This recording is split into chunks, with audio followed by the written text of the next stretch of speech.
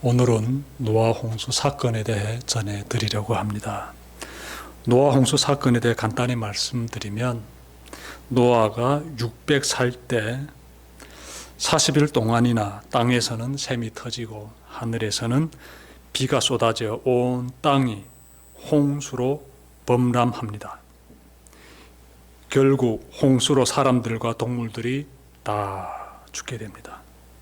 그러나 노아와 그의 가족들과 선택된 동물들은 노아가 만든 방주에서 살아남습니다. 이 사건을 가리켜 노아 홍수 사건이라고 합니다. 노아 홍수 사건이 언제 있었는지는 알 수 없습니다.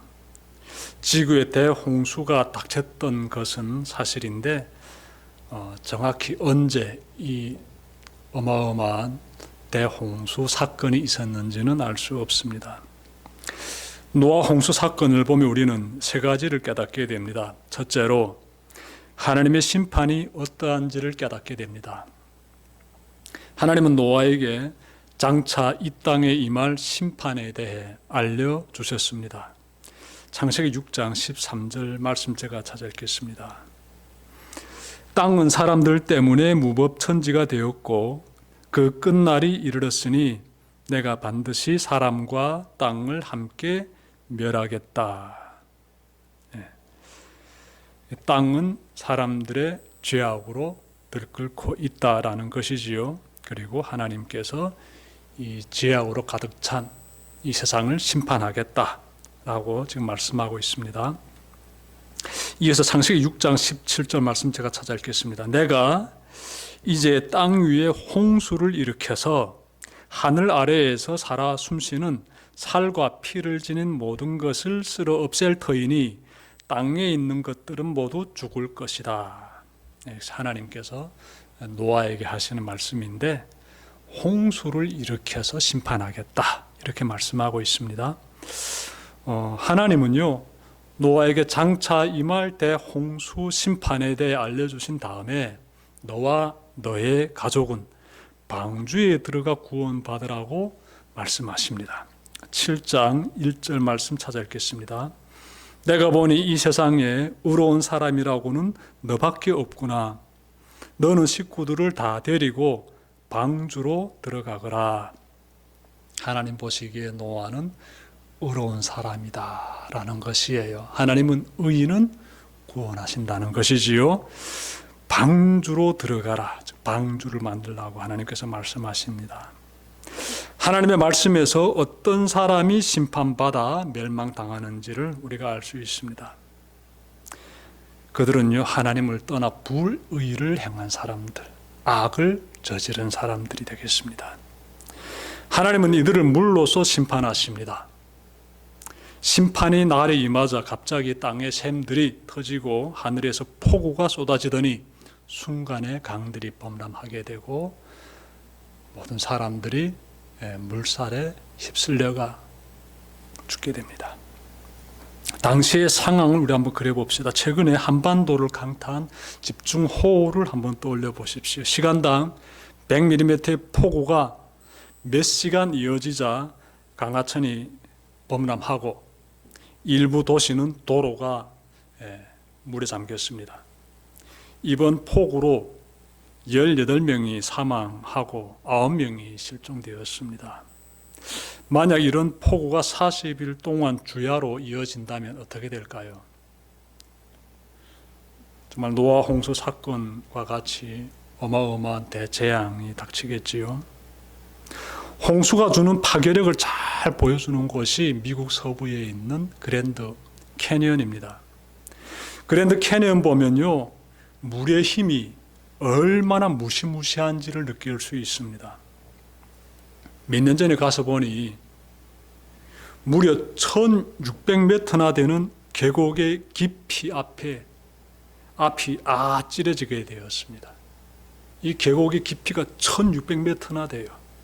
어마어마하지요. 그리고 이 그랜드 캐년의 넓이요, 가장 넓은 곳은 무려 30km나 됩니다. 이 계곡의 웅장함 앞에 완전히 압도당했던 그 기억이 지금도 생생합니다. 이처럼 거대한 계곡은 오로지 물의 힘으로 만들어졌습니다. 아주 오래전에 이 지역에 큰 홍수가 범람했으며 그때 그랜드 캐니언이 만들어졌다고 합니다. 홍수의 힘이 얼마나 상상을 초월하는지를 느끼고 싶으시다면 그랜드 캐니언에 한번 가보시길 바랍니다. 노아 홍수 사건으로 돌아가면 당시 무려 40일 동안이나 땅에 깊은 샘들이 터지고 하늘에서 폭우가 쏟아지면서 우리가 상상할 수 없을 정도의 거대한 대이변이 일어났습니다. 그때 사람들뿐만 아니라 모든 동물들, 새들이 죽임당했지요.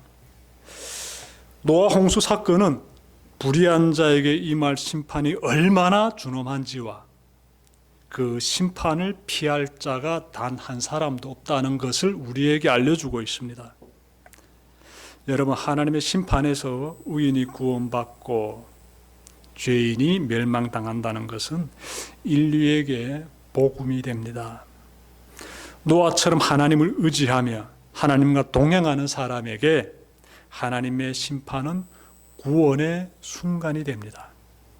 악인들에게 억눌린 사람들은 하나님의 정의의 심판을 바라보며 위로를 받게 됩니다. 반대로 하나님을 불신하며 악을 행한 사람들은 하나님의 정의의 심판 앞에서 멸망당한다는 것입니다. 타인의 생명을 짓밟으며 자기 야망을 채워온 자들에게 예비된 것은 하나님의 진노뿐임을 꼭 기억하시길 바랍니다. 노아의 홍수 사건을 보면서 우리가 두 번째로 깨닫게 되는 것은 순종이 무엇인지를 깨닫게 됩니다. 순종이 무엇인지. 자, 여러분, 하나님은 노아에게 방주를 만들라고 지시하십니다. 방주는 배와 다릅니다. 방주란 직사각형 모양의 상자를 말합니다. 하나님은 노아가 만들어야 할 방주의 크기와 건조 방법을 가르쳐 주십니다. 방주의 크기는 대략 길이가 150m, 넓이가 25m, 높이가 15m입니다. 한번 그려봅시다. 방주의 길이가 150m라면 축구장 길이보다 40m 정도 더 깁니다. 방주의 폭이 25m라면 일반 수영장 길이만 합니다. 방주의 높이가 15m라면 5층 건물 정도가 돼요. 그래 높이가 얼마나 높습니까? 어마어마한 크기의 나무로 된 그러한 상자를 여러분들 한번 떠올려 보십시오. 이 방주의 내부는 3층으로 되어야 하며 매 층마다 칸들이 다 만들어져 있어야 합니다. 그리고 방주에 물이 스며들지 못하도록 안팎으로 역청을 쫙 발라야 됩니다. 이것은 한 사람이 만들기에는 너무나 아름찬 거대한 대공사입니다. 하나님의 지시를 받을 당시 노아의 나이를 500세 정도로 우리가 추정할 수 있는데요. 노아는 하나님의 지시에 순종합니다. 그는 이때부터 약 100년 동안 이 방주를 만들게 됩니다. 방주를 만드는 그 장소가 어디였을까요? 방주의 용도는 물에 뜨는 것이므로 당연히 해안가가 아닐까 생각할 수 있습니다. 세계의 모든 조선소가 해안가에 위치해 있으므로 그렇게 생각할 수 있는데요. 성경을 보면 노아가 해안가에서 방주를 만들었다라는 내용이 어디에도 없습니다. 노아는 사방이 육지로 둘러싸인 곳에서 방주를 건조한 것입니다. 그는 세 아들과 함께 온 힘을 다해서 방주를 만들어 갔습니다. 노아는 끈질긴 노력 끝에 방주를 완공함으로써 순종의 아름다운 결실을 냈습니다. 노아가 만든 방주는 그의 믿음이 얼마나 견고한지를 보여주고 있습니다. 노아의 방주에서 그가 지닌 신앙의 참 모습이 비춰납니다. 우리는 노아의 방주를 보면서 하나님이 이루어 가시는 구원의 과정, 구원의 방법에 대해서도 찾아볼 수 있습니다. 하나님은 전지전능하신 하나님이십니다. 그러므로 노아가 굳이 방주를 만들지 않아도 하나님은 초월적인 방법으로 노아와 그의 가족과 선택된 동물들까지 구원하실 수 있습니다. 그런데 굳이 방주를 만들게 하십니다. 노아는 하나님의 지시에 순종합니다. 노아가 긴 시간 동안 방주를 만드는 그 과정은 고통의 과정이에요. 결코 쉬운 과정이 아닙니다. 어려운 과정이에요. 하나님은 그 시간을 노아가 이겨내기를 원하셨으며 노아는 하나님의 뜻대로 순종했습니다. 그 결과 노아와 그의 가족은 구원을 받습니다. 여기서 하나님이 이루어 가시는 구원의 방법이 발견됩니다. 하나님의 구원은 일방적이지 않습니다. 기계적이지 않다는 것이에요. 하나님의 구원은 인간의 자발적인 순종을 통해서 이루어지고 있습니다. 노아가 하나님의 말씀을 믿고 자발적으로 기꺼이 순종함으로써 구원받았듯이 우리도 예수님을 그렇게 믿고 따름으로써 구원받게 됩니다. 중요한 것은요, 그 길에 고통의 터널이 있다는 것입니다. 노아에게 방주를 만드는 긴 어려움의 시간이 찾아왔듯이 예수님을 믿는 우리에게도 고통을 인내로 극복하는 연단의 시간들이 찾아올 것입니다. 그때마다 부디 예수님의 그 귀한 말씀에 더욱 순종하면서 성도의 삶을 꿋꿋이 잘 살아내시기를 바랍니다.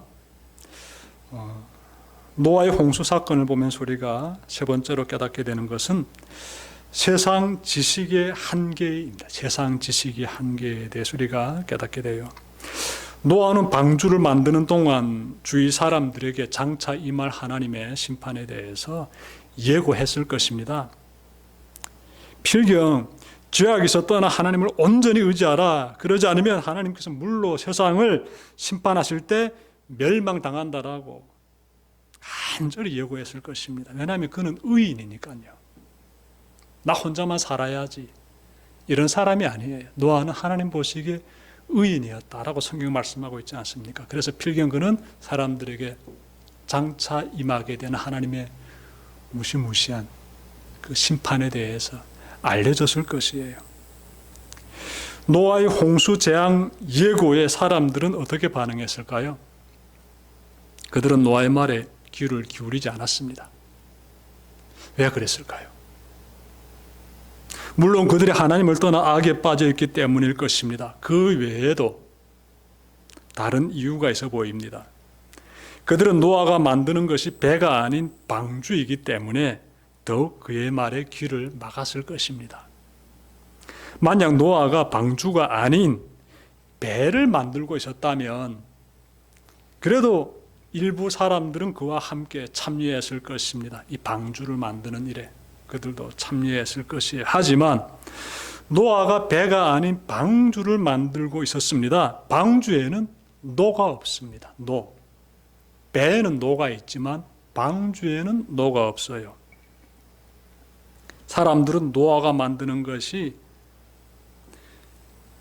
노가 없는 배, 즉 이 방주라는 것을 보고 실망했을 것입니다. 더욱이 방주의 크기가 어마어마합니다. 이처럼 거대한 방주를 원하는 곳으로 몰고 가려면 몇 개의 노가 아닌 적어도 수백 개의 노가 필요해 보입니다. 좌편과 우편과 뒤편에 많은 노를 배치해야 이 큰 방주를 어떻게 원하는 곳으로 움직일 수가 있지요. 노아는 그 배를 움직일 때 사용되는 그 노가 단 한 개도 없는 이 방주를 만들고 있습니다. 아마 사람들은 이구동성으로 노를 만들어야 한다고 조언했을 것입니다. 노아는 그들의 조언을 다 거절합니다. 이렇게 되자 사람들은 노아가 미쳤다라고 여기게 되고요. 그들은 노아의 그 홍수 심판 예고에 대해서 철저히 외면하게 됩니다. 노아의 말대로 설령 대홍수가 닥쳤을지라도 저 방주에 타면 생존할 확률이 낮기 때문에 그들은 노아의 말을 듣지 않았던 것으로 보입니다. 여기에서 세상 지식의 한계가 드러나지요. 노아가 생각이 없어서 노를 만들지 않은 건 아닙니다. 그는 홍수가 닥쳐 방주가 망망대해로 밀려가면 어떠한 재앙에 직면하게 될지 그도 충분히 예측할 수 있습니다. 왜냐하면 비축한 물과 양식이 사라지게 되면 기다리는 것은 죽음뿐이지요. 노아가 이 사실을 왜 모르겠습니까? 알고 있었지요. 하지만 그는 세상의 지식과 상식 너머에 하나님의 구원이 있음을 알고 있었습니다. 세상에서 봤을 때는 그 길에 죽음이 있어 보이지만 그 길이 하나님이 이끄시는 길이라면 그 길에 생명이 있음을 노아는 믿었던 것이에요. 결국 어떻게 되었습니까? 대홍수가 닥쳐 세상의 지식을 붙잡은 사람들은 다 죽임당할 때 하나님의 그 약속의 말씀을 붙잡은 노아와 그의 가족은 살아남습니다. 여러분, 그러므로 세상의 지식에 정말 너무 의지하지 마시길 바랍니다. 거기에는 구원이 없습니다. 말씀 마치려고 합니다. 지금까지 노아 홍수 사건에 대해 전해드렸습니다. 이 사건을 보면서 우리가 세 가지를 잘 기억합시다. 첫째로 불의한 자에게 임하는 하나님의 심판에 대해서 꼭 명심하시길 바랍니다. 둘째로 노아처럼 하나님의 말씀에 온전히 순종해야 함을 꼭 기억하시길 바랍니다.